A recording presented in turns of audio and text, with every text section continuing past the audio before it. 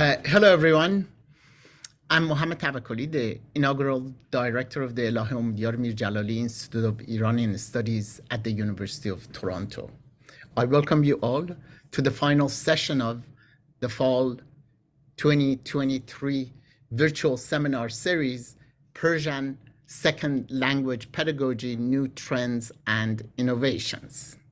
The series is co-organized by my colleagues, Professor Pouneh Shabani-Jadidi of the University of Chicago and Professor Azita Talaqani of the University of Toronto.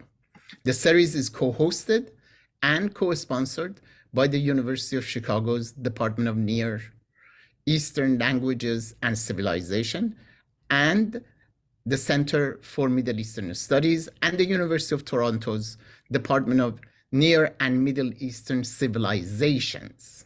And we are grateful for their support.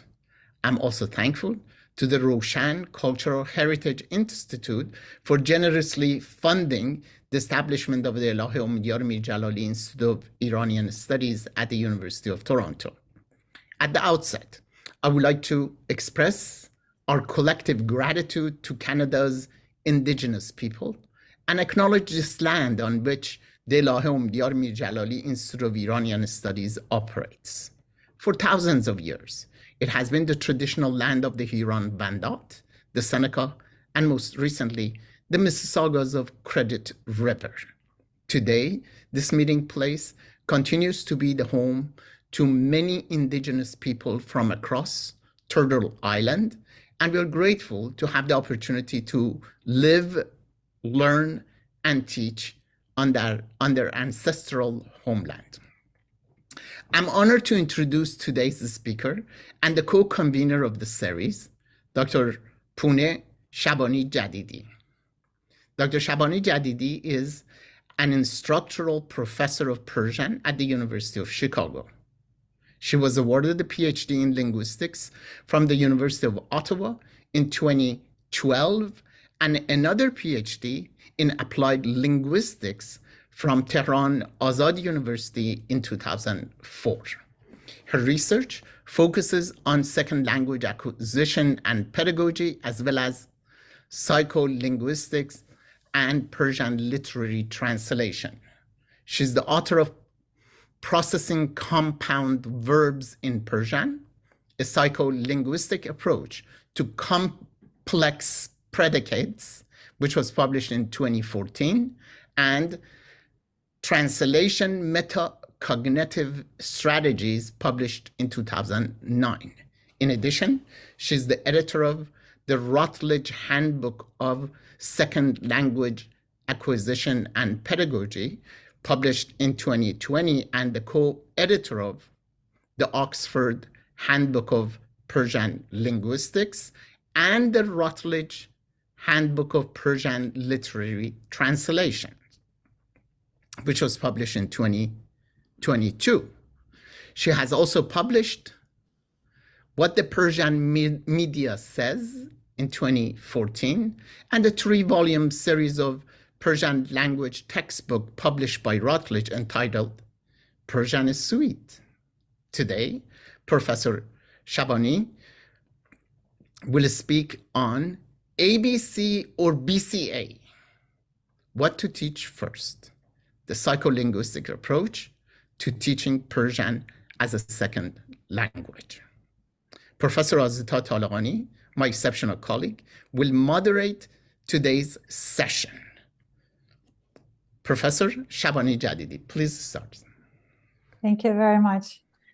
Good morning, good afternoon, and good evening to all of you who join us from all around the world. Thank you for being with us for the past year in our exciting webinars on Persian language pedagogy. That is the art of teaching. That's the dictionary definition of it. Allow me to start thanking my collaborator in organizing this webinar, Professor Azita Talaqani, who tirelessly, passionately, and professionally worked with me on this project from its onset.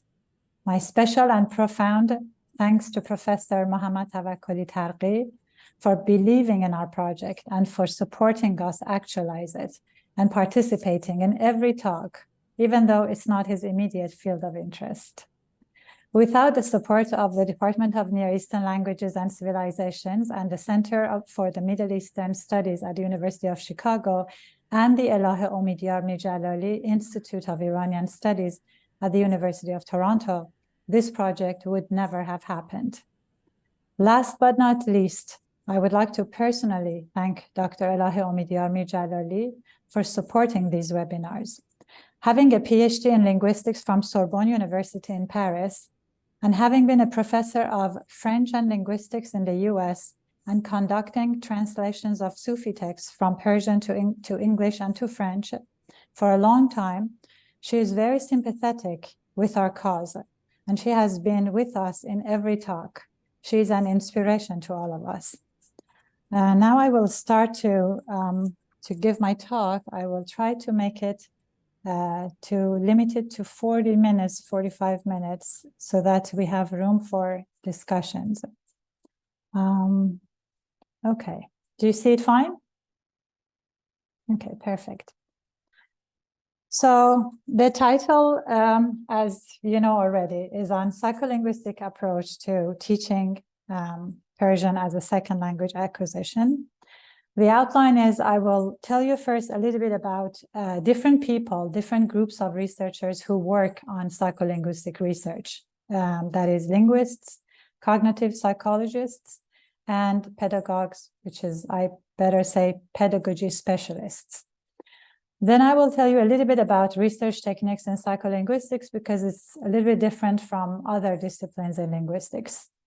Then I will tell you a bit about first language and second language processing. That is what goes on in the mind when we are processing the language, when we read something, when we listen to something. Then I will discuss the second language mental lexicon and compare it to the first language mental lexicon, the dictionary in the mind. After that, implicit and explicit knowledge will be discussed, which you are familiar with it in terms of acquisition versus learning. Then I will tell you about declarative versus procedural knowledge. I will show you the brain, my favorite slide that I always use it in almost all my talks. But I hope that you will find it interesting. You might not have seen it in previous ones. I will also tell you about lexical memory and its structure in second language, grammar acquisition in second language. And then what is native? What do we mean by native likeness? I will move on to predictive processing, which is a very cool concept. And after that, L2 structural and vocabulary acquisition. I will end with the bottleneck hypothesis. What is the most difficult part of every language to be acquired? And I will end my talk with the holy grail of education. So psycholinguistics and second language acquisition. Psycholinguistic study of second language acquisition is only one approach to second language acquisition. There are so many of them. So it can be sociolinguistic, it can be pure linguistics, it can be, second language acquisition can be viewed from different approaches. This is only one of them. You have heard there a lot of other approaches before in this webinar. What psycholinguists study include the cognitive mechanisms and processes of language production, language comprehension, acquisition, and use. What I am most interested in is comprehension and acquisition. So, as I told you, I will tell you a little bit about how linguists, cognitive psychologists, and pedagogy specialists look at the research in psycholinguistics, or how they conduct, how their research is different than one another. So linguists investigate the nature of learners developing knowledge of more than one language and how it is deployed in real-time production and comprehension. This real-timeness is important because it makes it scientific. That is, it's not after the process has been done, but at the same time as it's happening. So it's more objective, it's more scientific. Cognitive psychologists focus on second language development and how patterns of second language knowledge emerge that is shaped by general cognitive learning mechanisms in general. Pedagogy specialists conduct psycholinguistic research that is motivated by questions in the context of foreign language instruction. So all of us, this is what we are mostly doing. And why? Because we aim to understand and to improve our second language learners' teaching and learning. So the research techniques in psycholinguistics are a little bit different. These are some of them. Lexical decision task through mask or unmasked priming experiments, cross-modal priming, self-paced listening, self-paced reading, eye tracking, event-related brain potentials, ERPs, functional magnetic resonance imaging, fMRI. As I told you, it's a little bit scientific. So I'm going to tell you a little bit about each one of them in brief. The first one, lexical decision task, mass priming, is the one that is used a lot because it's cheaper than the other ones and it's easier to use. So this is how let's say a sample looks. That is, the participants will, first of all, the task is for the participant to make a decision about wordness or non-wordness of a string of letters on a screen or when they are hearing auditorily. So it's visual or auditory tokens. But we call it, this one is specifically called mass priming technique because what they see on a screen is just a forward mask of 500 milliseconds.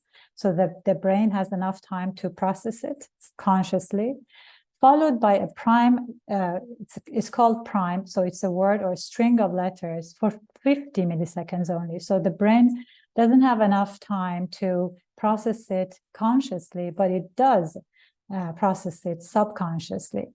And then psycholinguists want to measure whether the prime has any impact on the decisions that the participants make, whether fairy is a word in the target language or not. So this target is set for 500 milliseconds, so there is enough time for the participants to see it, to perceive it. So basically this Jerry is not, they don't even recognize it. They don't even realize that they saw it. But it's actually there, and the impact of this on the second word will be evaluated. So lexical decision-making tasks, they show different kind of softwares are used to conduct them. One of them is DMDX, and what is measured is the reaction time. So how fast the participants could say that fairy is a word or non-word.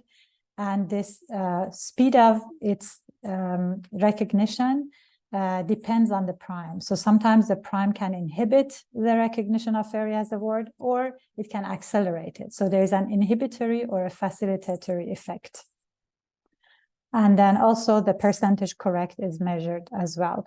If you're interested, I have done some research on mass priming in complex predicates, compound verbs in both first language and second language speakers of Persian, which you can, I refer you to my articles to read them if you're interested. So the second technique that usually is used in psycholinguistics is cross-modal priming. That is, there's a visual, let's say, prime, and then the target is auditory, or vice versa. So auditory prime and the target is visual.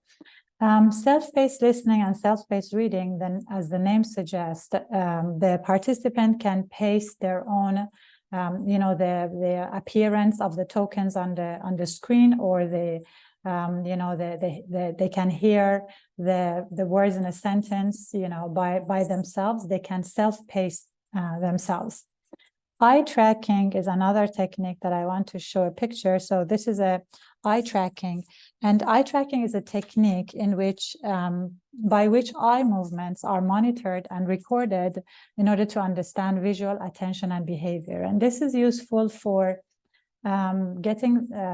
recording the attention, the focus of the participants. Actually, I don't know if Facebook is using it or not, but I heard that they might be, in the future using it to sell us even more advertisements. So which words or which pictures our eye focuses on more, then they would know, okay, this is what I'm interested in, and then they would bombard me with even more advertisements. So, but in psycholinguistics, this is a very useful technique. I'm going to come back to this when I will talk about guard and past sentences, so bear with me. The last technique that I want to tell you a little bit about is the event-related, not the last one, the penultimate one, event-related potentials, or ERPs, which refers to the electrophysiological response to a stimulus, and ERPs are very small voltages generated in the brain, quite safe, in response to specific events, to stimuli that are aiming at evaluating the function of the brain. The last technique that I want to tell you is fMRI. So some of you might have been through the MRI tests, so you know what it is. You go inside a tunnel, and then your brain functions are measured somehow. So what they do, psycholinguistics do, is using MRI to measure brain activities by detecting changes associated with the blood flow, and that's, you see that they lit up. Using this technique, psycholinguists are able to know where the locus of a storage is in the brain when processing different linguistic tokens.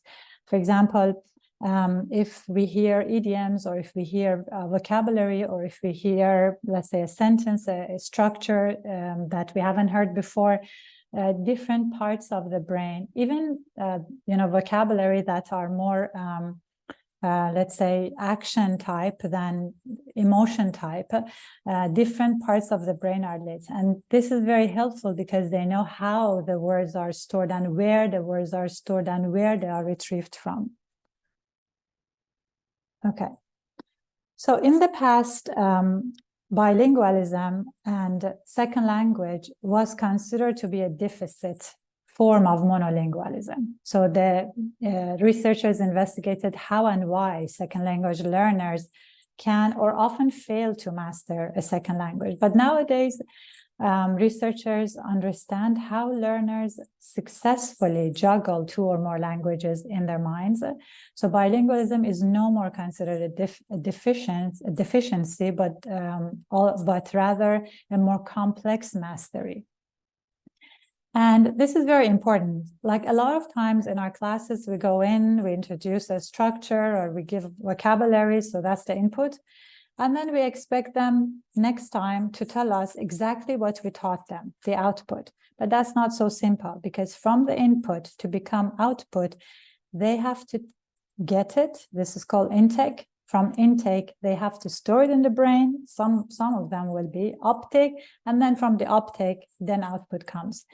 In between each of these stages, there must be enough meaningful practice so that from input, it shapes the intake and then uptake and then output. I'm going to come back to this discussion later.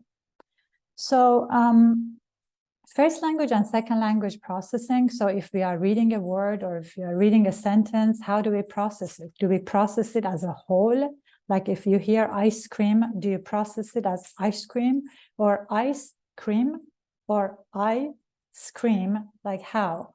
According to research, first language and second language processing is incremental, where in English it will be left to right, in Persian it will be right to left, because we read right to left if it's reading.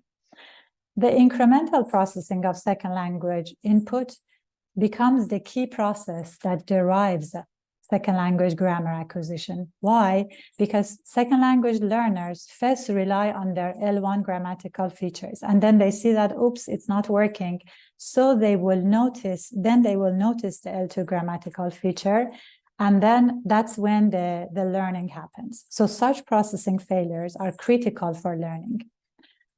Because that's exactly where their focus will be centered on, and then they will be able to register the second language grammatical feature, and hence facilitating second language grammatical development. So why are there mistakes in second language? Well, it has different reasons. One is working memory. We all have a limited working memory. Second language has even more limited working memory, because in addition to the L1, they have another memory system, right? So I will tell you how this, why is the memory, working memory in L2 is a bit more, let's say, taxed, and I explain to you later on. But other kinds of reasons for mistakes are other cognitive resource limitations in second language, and as well as first language grammar specifications that conflict with the target language grammar. For example, you know that by L1 influence. as well as L2 least effort strategy. Like I have some Turkish-speaking students in my class. So in Turkish, they say o, in Persian, we say u, but they just don't use u. Instead, they just pronounce u as o. Or for example, in my case, still, I speak English relatively okay, but I still mix up my he's and she's because in Persian we have u. Yes, it is a L1 influence, but it's also because it's easier, right, to stick to one thing that I'm already familiar with. This is called least effort strategy. That is a human thing, and there's nothing to be ashamed of. L2 mental lexicon. So what do we mean by mental lexicon? When I started my talk, I told you that mental lexicon is said to be the dictionary in the mind. But what kind of, or what does this dictionary include?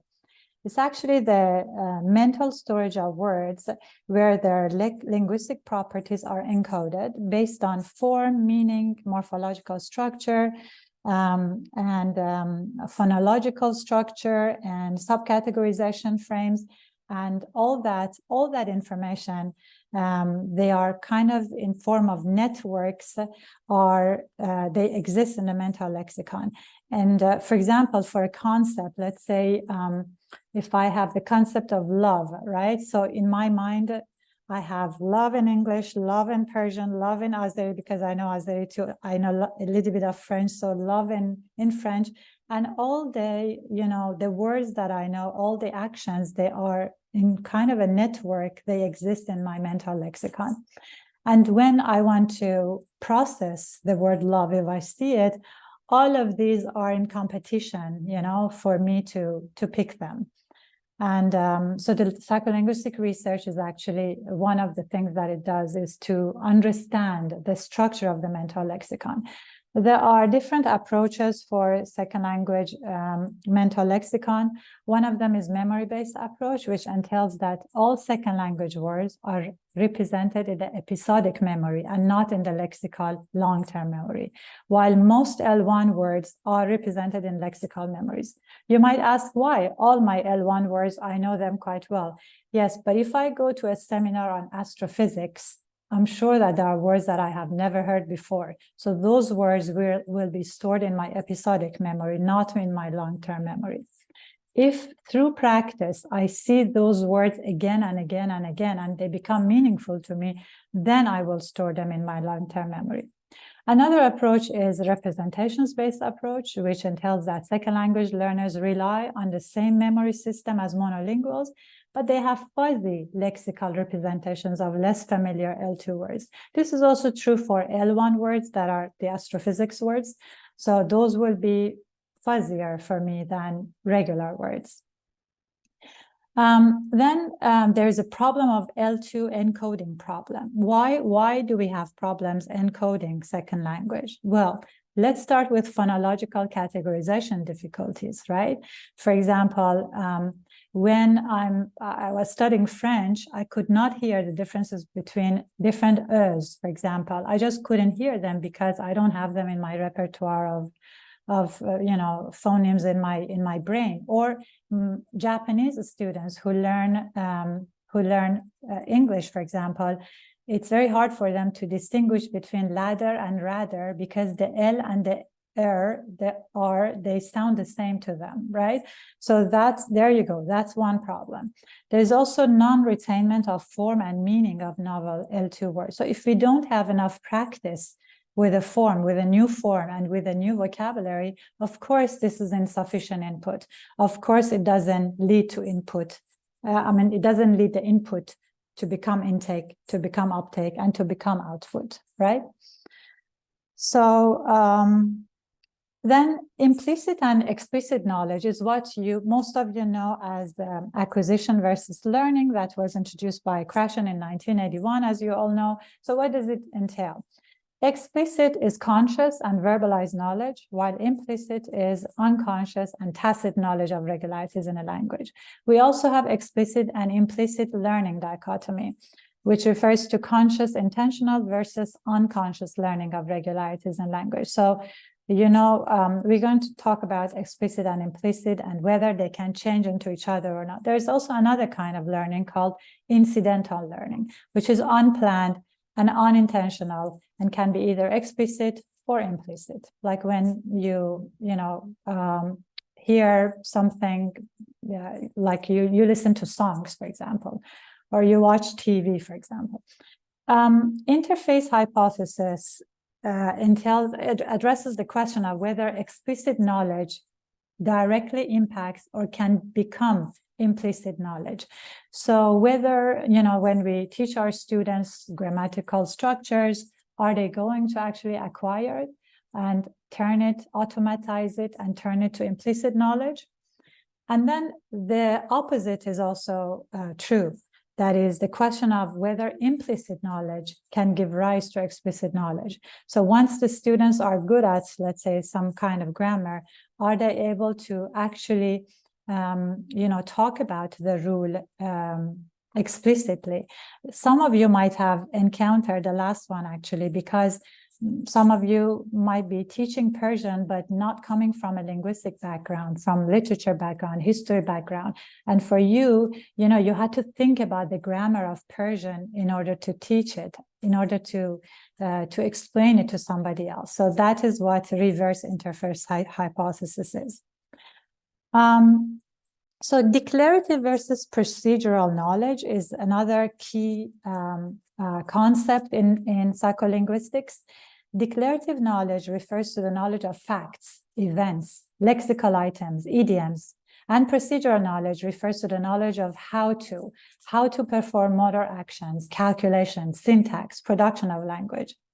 So if we have enough practice, then we can move from declarative to procedural, and we can automatize this.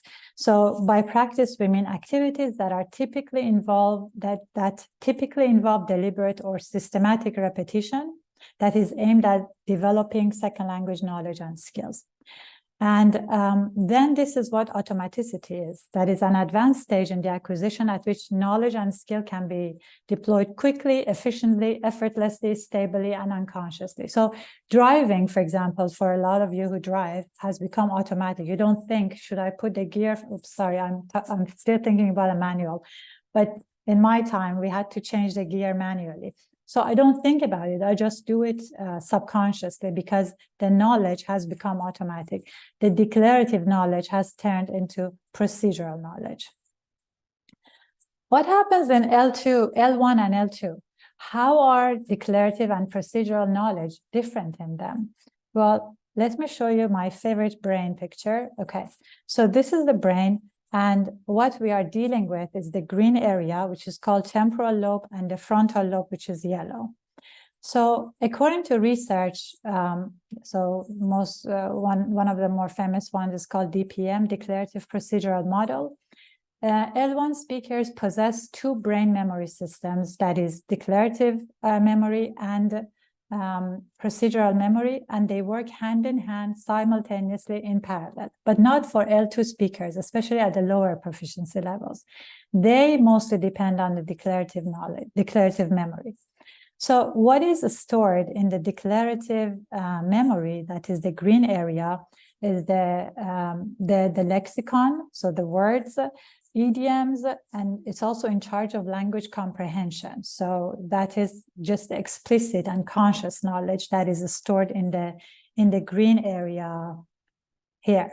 So lexicon, idioms, language comprehension.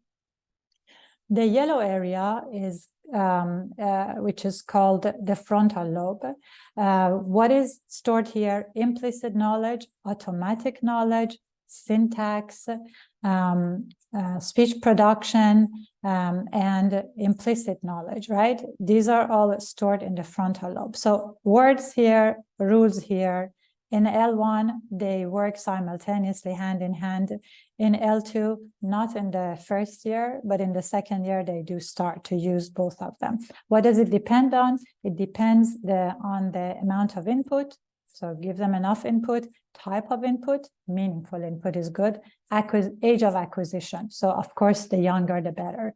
But we know about the critical age theory and all that.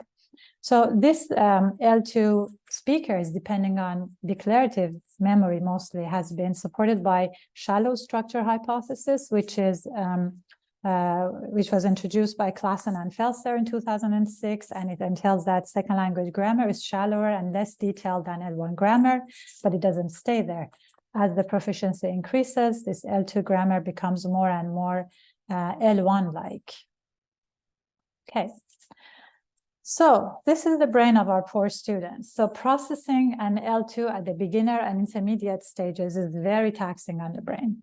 Why? Because learners have limited cognitive resources available to them to interpret input for meaning in the second language. So we have to be very patient with them. How can pedagogical approaches informed by the declarative procedural model be employed to improve language learning?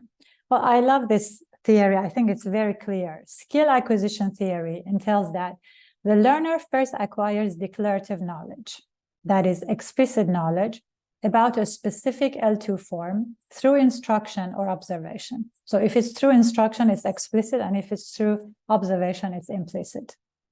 Then, as declarative knowledge is applied through practice again and again, the learner quickly develops procedural knowledge about how to use this second language form, for example, in oral production. And finally, with further practice, the learner develops automaticity for the specific skill. So, lexical memory in L2, how does, like, what kind of words are stored in the declarative memory? So lexical memory is predicted to depend on the declarative memory, and this is both in L1 and L2. So the knowledge about the words is stored in the declarative memory. That is the green area in the brain. I showed you. Knowledge about simple open class words. Open class words are content words, nouns, adjectives, adverbs, including their phonological forms, meanings, subcategorization frames, and the mapping between them should depend on the declarative memory as well. Representations of irregular morphological forms, for example, teach, taught, both inflectional and derivational, advancement, as well as knowledge about idiosyncratic aspects of idioms, proverbs, collocations, and so on and so forth. They're all stored in the declarative memory. Why? Because declarative memory memorizes or stores information as a chunk rather than incrementally. While lexical knowledge, some lexical knowledge depends on the procedural memory, and those are, for example, the ones that require segmentation, or for closed class words, that is function words, the small words that are the most difficult to learn. So raw, for example, or indefinite markers, so definite and indefinite articles, for example. And for modal related words too, like hammer, for example, will be in the procedural memory. Grammar acquisition in second language, how does that look? Well, grammar and procedural memory are very much alike. They're very similar because both of them are involved in rules, sequences, categories, implicit knowledge and prediction, and acquired knowledge can be automatized in both. Procedural memory may be expected to play a role in grammar across domains, including phonology, morphology, and morphosyntax. Declarative memory may memorize individual chunks, as I told you, and generalize analogically across such forms to new forms. For example, if we tell our students that, for example, cheshman, bazovan, laban, and then they might say gushan, right? So that's some kind of analogy that they do because of the rule that they already know for other kinds of words, other kinds of dual plurals.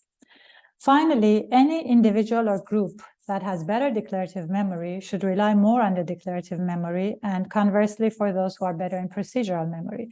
Men are said to be better in procedural memory because they like, working with their hands and, how to think.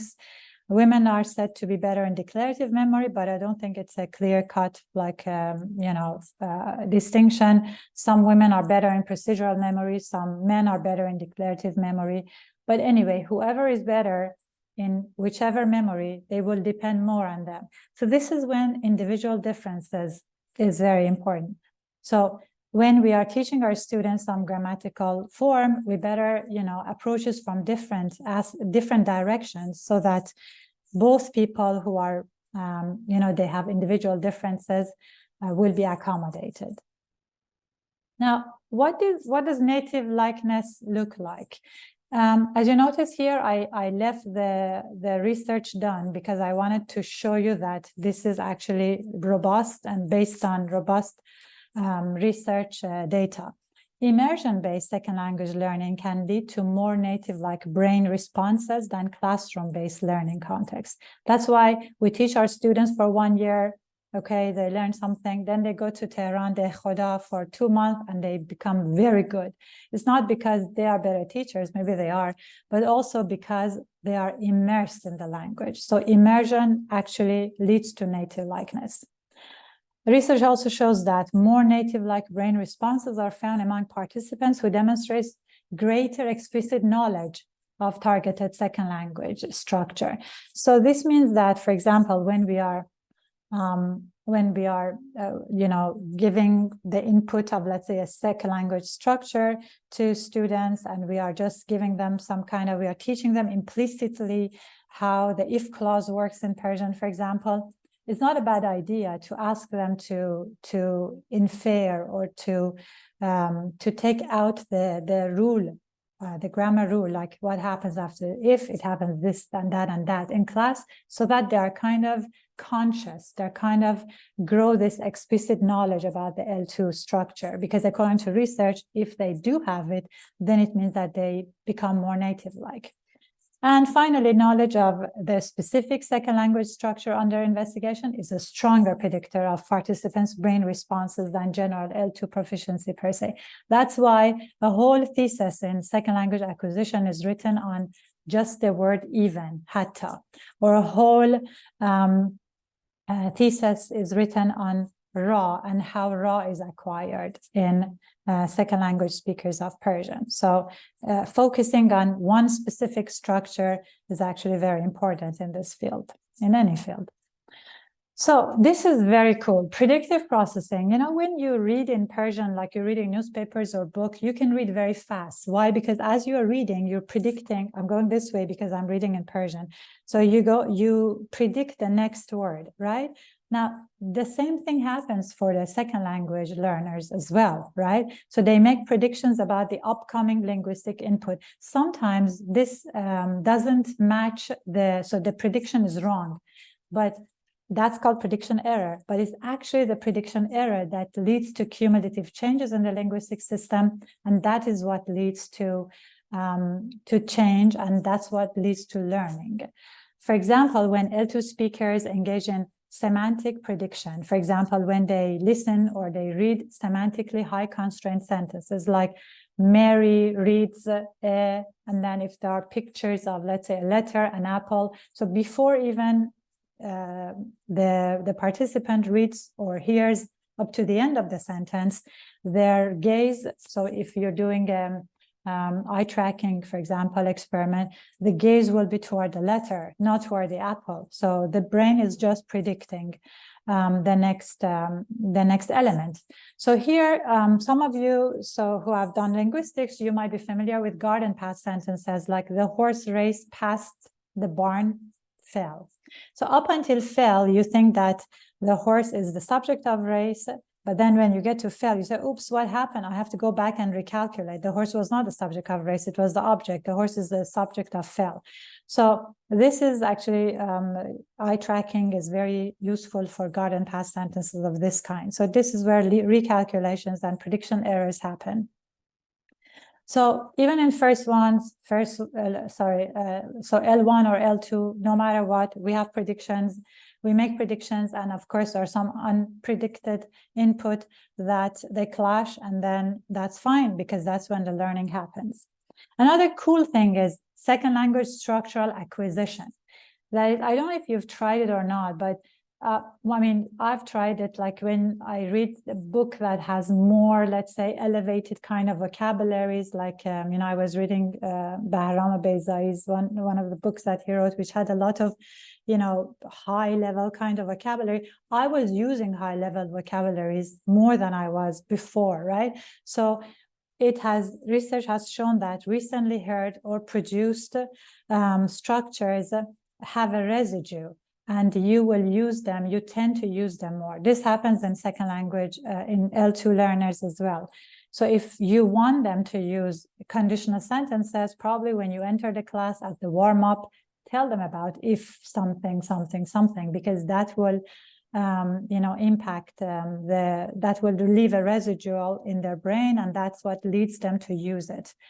But use this structure together with more varied vocabulary. So if you mix this target structure with more varied vocabularies, then actually long-term learning via structural priming happens. Intentional, deliberate vocabulary practice has been shown to facilitate automatization, while research findings on incidental vocabulary learning remain inconclusive. So if you just put a song for the students without giving them the words, it's just a waste of time. Perhaps incidental learning may need to be supplemented by additional vocabulary instruction so that they will develop more robust lexical knowledge. So bottleneck hypothesis is what is the most difficult part of a language for the L2 learners to acquire? Functional morphology is the bottleneck. Functional morphology like ra in Persian, right? I still have in my advanced Persian class students whose writing lacks some ras, or even why should I go far, as I said, and why should I go far? Even in my own articles that I get from copy editors, it happens so often that I'm missing a the, or I have used a the where I shouldn't have used a the. So this functional morphology, the article, raw, even, all these are the most difficult words or the most difficult part of the language. Why? Because that is where the differences among languages are located. Now, should we teach isolated form-focused instruction, or should we integrate form-focused instruction? Each of them is good for one purpose. So while isolated form-focused instruction is effective for decontextualized written declarative grammar tests, integrated form-focused instruction is more beneficial for automatized knowledge, obviously. So this is the example, the picture that you can see. Functional morphology is the bottleneck, so it's the most difficult part, the the in my journal submissions, or the raw in my advanced students, while syntax, pragmatics, semantics is easier compared to functional morphology to be acquired, to stay in. What is the holy grail of education? Transfer of learning, that is, acquiring knowledge and skills in one context and applying them to a new context, is the holy grail of education. And this is done through practice that is meaningful. So communicative skills, to develop communicative skills, we need to have meaningful practice, and which is similar to actual communication. That is where task-based language teaching, that offers a promising direction to make second language practice more meaningful and relevant to real-life L2 use. So I just have two more slides, take-home message and take-home table. Take-home message is that, so this is just a summary of what I said so that you can think about the questions that you might have. So input, intake, uptake, and output are moderated by meaningful practice. Practice involves deliberate and systematic repetition that is aimed at developing second language knowledge and skill that leads to automaticity of knowledge and skill. So without practice, there is no automaticity. Prediction errors are actually good because they lead to cumulative changes in the linguistic system and they result in learning. Producing target structures with more varied vocabulary is critical for fostering long-term learning. Function words are the most challenging part of acquisition because this is where differences among languages are located. So next time, let's be kinder to our students when they have forgotten to put a ra. The holy grail of education is acquiring knowledge and skills in one context and applying them to a new context. And the final slide that I have for you is the take-home table. So what does these theoretical concepts fit in our actual classroom? Well, this table shows elementary, intermediate, and advanced level, and how they have different memory systems that is more that they depend more on. So in elementary, they depend more on the declarative memory, while in intermediate, they start to depend on the procedural, and in advanced, they can depend on both of them, just like native speakers. In elementary level, the L2 depend mostly on the or possess explicit knowledge. In the intermediate, they start possessing the implicit knowledge. In the advanced, the explicit can be implicit and the implicit can convert to explicit. In the elementary, they are able to learn the lexicon, so the words, memorize chunks, content words, second language, inflectional morphology. And in the intermediate level, they're able to discern rules, make analogy, creative, so so you apply the rules that they learned for new settings. They start to be more comfortable with function words. They can, they're able to learn the second language derivational morphology. In advanced level, they are able to have the abstract knowledge, to hypothesize, because everything becomes automatic. So they're good at both content and function words. Second language inflectional and derivational morphology is like abhorrent and is like a piece of cake for them. So, but in elementary level, they rely mostly on forms that are similar to L1. In intermediate, similar to L1, and forms, they experiment with the forms that is different from L1. And in advanced, they can they can rely on similar L1 or L1 different forms without any problem. So in conclusion, the result of second language acquisition research can be used in second language classes to facilitate acquisition. An L2 instructor who is familiar with the second language acquisition studies can make informed decisions about the content of the course in different proficiency levels and the order of that content, just similar to the steps of cognitive development in children that was introduced by Piaget, right? So sensory, motor, and concrete, operational, and like you have to be at a certain age in order to understand logical forms. You cannot give to a 2-year-old a logical problem to solve. The same with second language learners. Second language acquisition has its own course and its own stages that cannot be accelerated beyond reason. In the studies that I reported in this talk, I mentioned a study that investigated whether authentic listening activity is conducive to learning in low proficiency L2 learners, and the results show that it's not. So let's not use that. In the discussions of declarative procedural knowledge and memory, I told you the differences between them. So each kind of knowledge has its time to be introduced to the L2 group. Therefore, in the elementary level L2 classes, there's no point in explaining, complicated and complex grammatical and syntactic rules and derivational morphology. Probably they can be left for the intermediate level. And so once our expectations from L2 learners come from a sound research-based understanding, we can make the learning acquisition journey smoother to our students. And that's it. Thank you for listening. Thank you, Pouneh-Jan, for this wonderful and full of knowledge and very inspirational talk.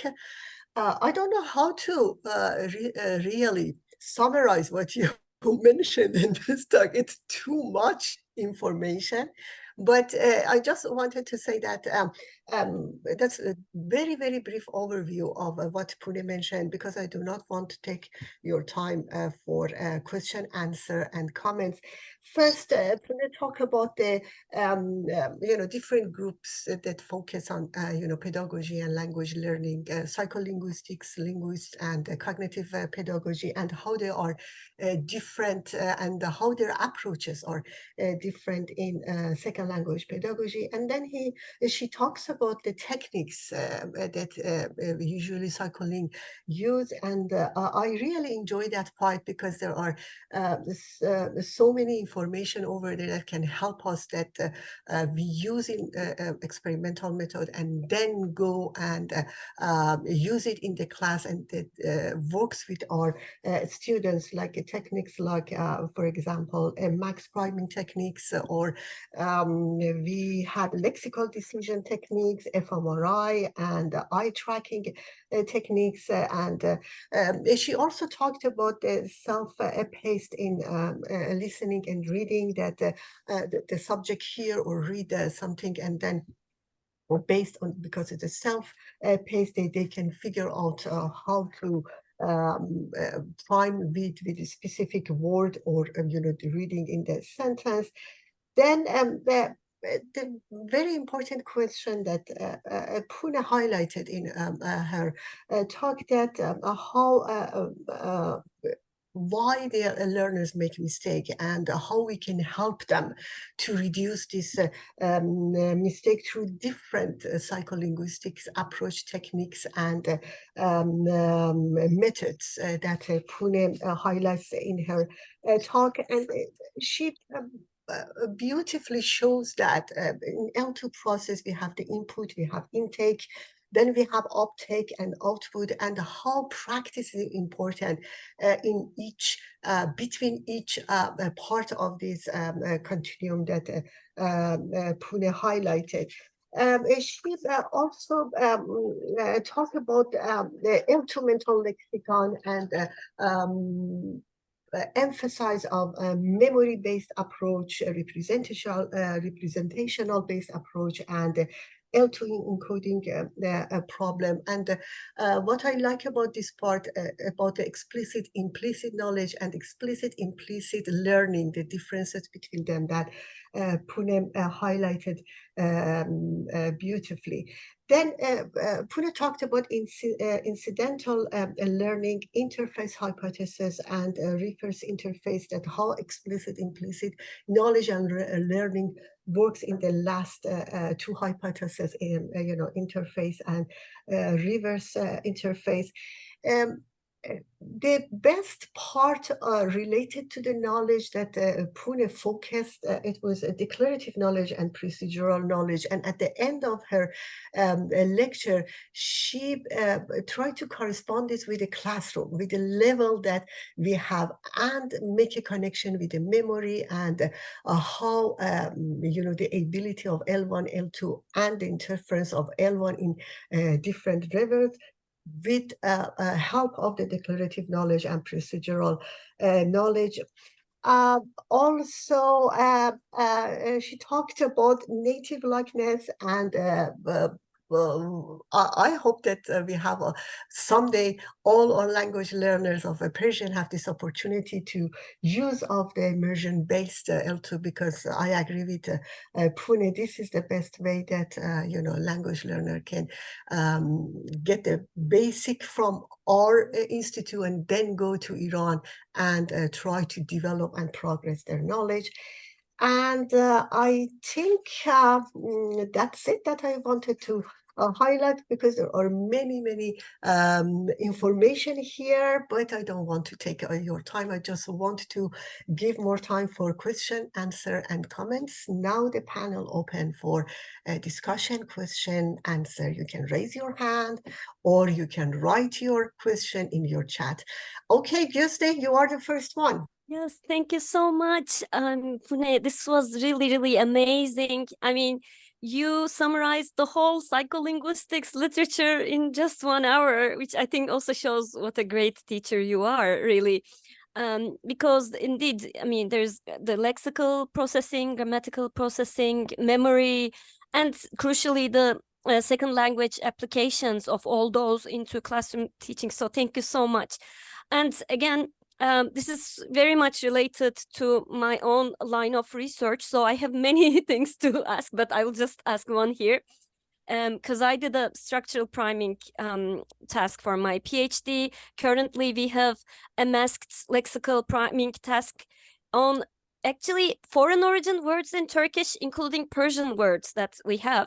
So that's something that we have in common.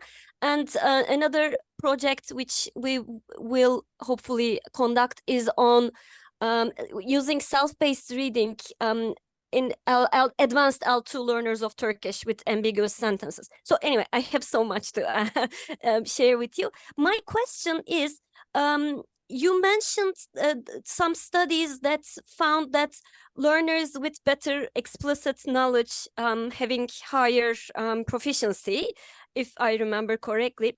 And I was wondering if, you know, there are any studies on whether being taught explicitly versus whether the student or the learner just, you know, acquiring the pattern by themselves, like figuring out the rule, whether the way in which that explicit knowledge is acquired makes a difference in learning.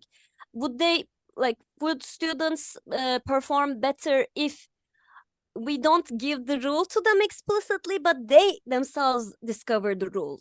I don't know if that makes sense, but this is a question that I ask myself a lot. So I would be happy to hear. And then I have to leave after your answer. My apologies once again. And thank you all. Thank you so much. Thank you very much, Gözde, for your very relevant question. And I was happy to hear that you're also in the same kind of field. So of course there are lots of studies about the difference between explicit teaching versus implicit teaching. And what I was saying about the people who have more explicit knowledge or in advanced level, well, it's a little bit tricky, right? Because explicit teaching, right, is different from explicit knowledge. So you're talking about the explicit knowledge, I think. And if you remember when I talked about the DPM, right? So declarative procedural memory, that in L1 they are working hand in hand simultaneously. So the ideal L2 will be able to use them simultaneously, right? And they can cross over from declarative to procedural, from procedural to declarative. So explicit knowledge. The first language speakers are able to talk about, you know, their rules or whatever they are using. They're able to explain it, how they use it, but not so much in the actually lower levels of second language learning. So our mission as pedagogy specialists, as instructors, is to help them make this crossover, similar to how we do it in first language. And that is what I meant by explicit knowledge being more prominent in second language learners' advanced level. Yeah, exactly. But we can discuss. Yeah, so this talk was based on my chapter that I am contributing to Azita and my handbook, which you will be able to read, and you can look at the references about all the concepts that I discussed there. Off the top of my head, I can't think of a specific study to tell you. But that's really interesting. I mean, yes, explicit knowledge. How do they get to the explicit knowledge, and whether if they achieve it by themselves has any advantage over us teaching them? But yeah, absolutely perfect. Yes. Thank you so much. I look forward to your upcoming publication. What I do myself is I always ask my students, I make them conscious, you know, of, so let's say I'm giving them some input about passive construction. So we have you know, a lot of example sentences, or we have reading, or we have dialogue, in which all this passive construction, which is the new L2 structure that I'm intending to teach, is included. So at the end of the class, I spend some time to ask them to discern the rules. So I don't give them the rules myself. Ask them to discern it themselves, and then after that, I might add to it. But I have found it useful. Perfect. Thank you so much. Thank you, Gözde. Khodafez. Okay, thank you, Gözde. Thank you, Pouneh Jan. Anybody else? Okay, Leila Jan, would you please unmute yourself? Thank you. Thank you, Pouneh Jan, for your great talk. My question is, you talked about intake, input, output, and the steps that happens, which creating meaning actually kind of makes it happen, or it makes it easier for the students. So my question is, like, because this is going to be my first semester teaching Persian as a foreign language to the students, basically American students. So what are your suggestions to create that meaning, like for the elementary students, like the very first sessions? I think Peyman showed Peyman is the god of task-based approach in teaching Persian. Exactly. But task-based approach and tasks makes the learning meaningful and relevant to the students' life themselves. So the more tasks you use instead of just simple teaching, giving them information, the more they are involved in what they are doing, the better it is. I take advantage of ActFel's approach as well. So if you go to ActFel website, they have some very nice different kinds of abilities that they expect novice learners to have, and then intermediate level, and then their sub levels to have. And I use that as a kind of blueprint as to know what kind of tasks and activities to do in class, but it's always related to the students' lives. Exactly. Peyman Jan, would you please, we will be happy that have your opinion about this question too, because you're task-based guy. That's very big flattering. I was just a student of other people here that are more mastering in this field than me. Thank you, Pouneh Jan, for this informative and interesting talk. First of all, yeah, I think in different approaches existed for teaching. So task-based is one of them that is like under the communicative approach. And in different levels, you can use different approaches actually. So I would say perhaps task-based is more geared towards like higher level of language teaching is easier to run, but maybe in the lower levels for like novice, as Pouneh Jan mentioned, it would be more functional language teaching. But still, we are able to, look at different scenarios that we use in real life and try to, convert them into this language approach, teaching approach. The important thing is that, we should have a kind of a curriculum and we have to think of like sequencing tasks and then breaking down tasks. We should not just start with like going to class, give them a role play and say that, oh, it's a real thing that we are doing. We have to have plan. We have to, know the principles of task-based. We have to have meaningful input. Everything should be on purpose, purposeful for the learning to happen. And then kind of, immersing them into the approach would be probably the best, and the teacher is the best actually. But if you think of, the students and their learning types, different pace they have. So a teacher would be the best actually to understand how to approach the students. Different levels, nowadays we have students, you said that teaching American students, but we have also heritage learners in our classes that are really not really as good as they should be. So they are like coming with some cultural knowledge, but not really, linguistic knowledge. So a teacher would be the best in a classroom to find out about the students learning, different pace of learning, different levels of learning. So you have to consider a lot of factors into your teaching, as I believe. And today's talk that Pouneh presented is giving us a lot of knowledge about how to best approach our teaching in the classroom as well. Yeah, thank you. Thank you. Thank you, پیمان جان. دکتر عسکری، نسرین جان. Hello, everyone. Thank you, Dr. Shabani-Jadidi, for your very interesting talk. Although I'm coming from a relatively distant field, but I have come to realize that I'm not really distant, or literature should not be distant from linguistics. And so as I was listening and as I've been working recently on theories of balaghat, I was wondering if I can take this discussion from modern to the medieval times and ask the question about interactions of literature and linguistics in medieval times.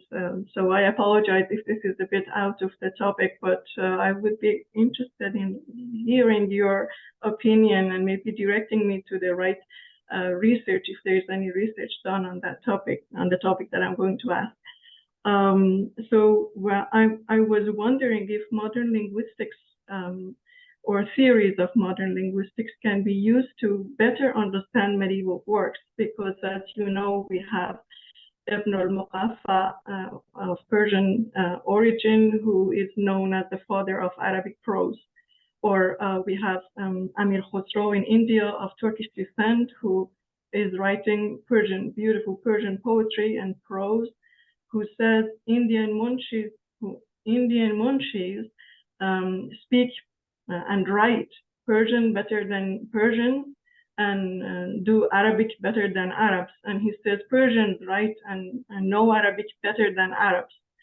So, and we have seen the works of authors who have written on like Arabic lexicons, who were not Arabs or Indians, who have written actually most of, or almost all of them, or earliest ones of our Persian lexicons have been written by Indians. So is there two questions maybe I have, sorry, as I'm thinking and talking.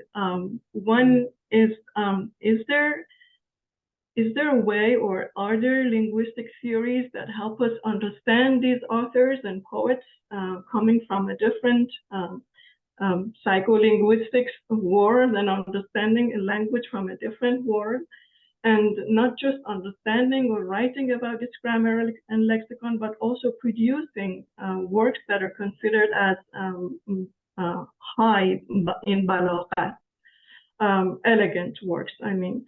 And the other question in relation to this is, are there again any linguistic theories to help us understand what goes on in the minds of those who are writing literary theories or balaghat theories? I mean, what constitutes beautiful poetry or beautiful prose in a language that is not your own? For example, again, Amir Khosrow says, like, what? Well, this is a bit maybe too long an example, a story to say, but just for example, a balaghi term, for example, a metaphor, or a form of poetry that is written in Arabic, and then that form is also produced in Persian. What sounds beautiful in the world of Persian speakers is not beautiful. It's considered a flaw in Arabic poetry. But they both are working with the same theories of balaghat. So what makes, does it relate to psycholinguistics again? What makes beautiful in the mind of a Persian reading the same form of poetry as a flaw for someone who is reading it in Arabic? So is there anybody in your field working on such topics or such themes to understand medieval works, text basically, not spoken language? Yeah, thank you very much, Dr. Askari, for your questions. It's very, very thought-provoking. I wanted to leave it to Azita to say it, but because you asked the question, so I'm compelled to say that we're going to have a next series of our webinar using Persian literature in teaching Persian. Wonderful. And I'm sure that in that series, because we have invited mostly folks in the literature, folks from linguistics and folks from language teaching, to shed light on these concepts that you just talked about. So I'm not sure about any specific linguistic theory that would talk about why about the reception of literary text in one or the other. But as far as psycholinguistics is concerned, as far as second language acquisition is concerned, near nativeness is not unreal. It is real. It can happen. So we can have second language speakers of Persian who become as good as us, but they might have a little bit of, like pronunciation wise but eventually they might get to this level. If they have started from, before the critical age, they're going to be like native speakers. They will be perfect bilinguals. But in the example that you gave, like the poetry that is written in the Persianate world and how beautiful it sounds to whoever ear, that is something that I haven't read any specific research about it, but probably I'm sure that it will be discussed in the new webinar. So yeah, just wait until another few months. Okay, I look forward to it. Thank you. And thank you for the organizers of this series. It's very important to come from different fields and see how linguistics interacts with other areas of language area and literature. I mean. Yes, okay. Yeah, thank you. Thank you, Dr. Tawakkoli. Thank you so much, Nasrin John. I agree with Pouneh. Honestly, I haven't seen anything in linguistic theory. I don't know it's good or bad because I'm theoretical linguist, but from theoretical linguistic, I came to applied linguist. I totally agree with Nasrin. I think that I hope that someday our linguists think more about to bridge with other area, and what Nasrin asked, I think that's a big gap. We have to have such a thing, and linguists can focus not just specific theory or specific approaches that they have, for example, like Persian or Arabic, that we have a rich literature in medieval and ancient times. It's better that we use of knowledge of linguistic for to see how's going on over, and this is one of the reason. And Pouneh and I asked Professor Tawakkoli, and thanks to Professor Tawakkoli, accepted that we add this new topic and theme for a seminar series for 4 lecture series related how we use of Persian literature in Persian language, and I hope that we will see more literature people like Nasrin John, the scholar in classic literature, come to our meeting, and we get more information and engagement from this our literary scholar too. Professor Tawakkoli.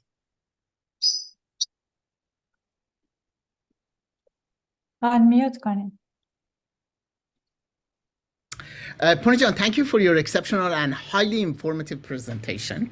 I really enjoyed it and learned a lot. I want to complicate the situation just a little bit.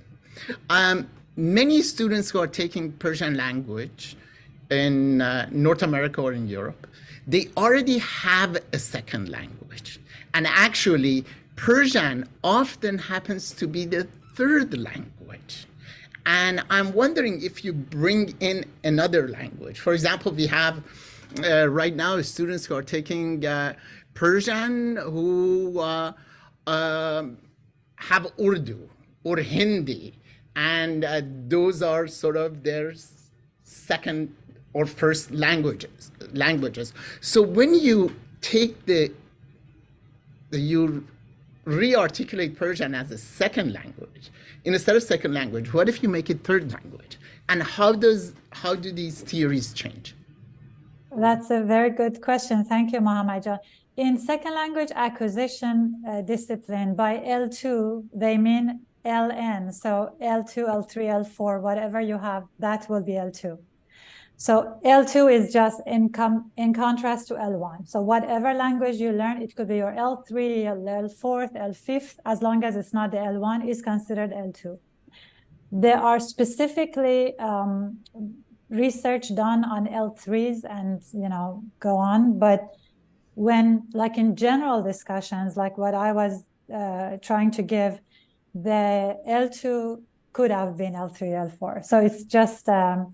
it's more general than just the second language. And it's very interesting because, for example, when I was learning French myself, French was so Persian was first, then Turkish, and then English. French was my fourth language. And then Turkish was interfering, which was not even my third, not the immediate one. And it was so annoying, but that's the brain, that's what the brain does. So it's this is very interesting. I don't think that in Persian we have had any studies. Maybe folks here can shed light on it, but I don't know of any specific study that makes a distinction between third, second, fourth language or not. Thank you. Thank you. Okay, thank you so much, Dr. Abbasi. Ali John. Thank you, Pouneh Jan, for this very dense yet lucid overview of the psycholinguistics of second language acquisition. I have a question regarding the affective considerations. I was wondering how affective factors, things such as learners' motivation or attitudes toward the target speakers or target culture, would figure into the psycholinguistics of L2 acquisition. And to the answer to the overall question of whether ABC or ACB, as you formulated it. So I was wondering if you could elaborate on that a little bit. Yeah, thank you so much for this question. It's very important. Affective factors like motivation and the rest that you said, to me, they fit in the individual differences spectrum that we discussed a little bit. And of course, they are important in psycholinguistics, but they are also in sociolinguistics domain. So, and then I don't know of I'm not aware of a specific psycholinguistic research that considers affective factors in it, but I'm sure that there is room to study that, of course.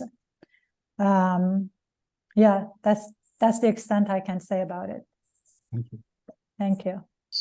Thank you so much. Is there any question? I do not see any question in chat, but one comment from Omidyar. India have produced Persian literary figures like Bedil Dehlavi, Amir Khosrow, and my homeland poet Ghani Kashmiri, and many more.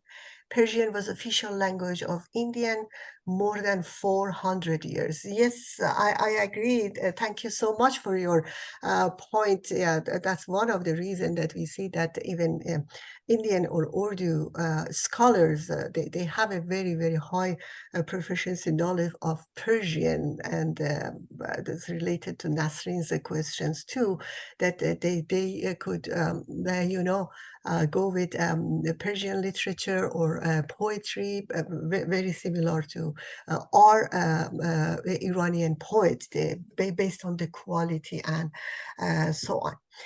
Okay, I do not see any other question. Just everybody thanks Pouneh for the informative, interesting, and wonderful talk. And I also wanted to thank Pouneh John for this engaging, inspirational talk today that everybody, audiences enjoyed it. And we have very good comments and a question. I have one more question, but after the session, I always talk with Pouneh. We just chit chat. I will ask her later. I don't want to, bother her a lot. It was very, very full of information talk. Thank you, Pouneh John. And just back to the floor to Professor Tawakkoli. But before that, I just wanted to say that we are looking forward to see you. The pedagogy seminar series, Persian pedagogy seminar series with a new theme, adopting and adapting Persian literature in teaching Persian. We have a 4 lecture series. The first one is winter 2024. You will receive very soon the poster. The first talk will be in February the 3rd of 2024. And we are looking forward to see all of you again to our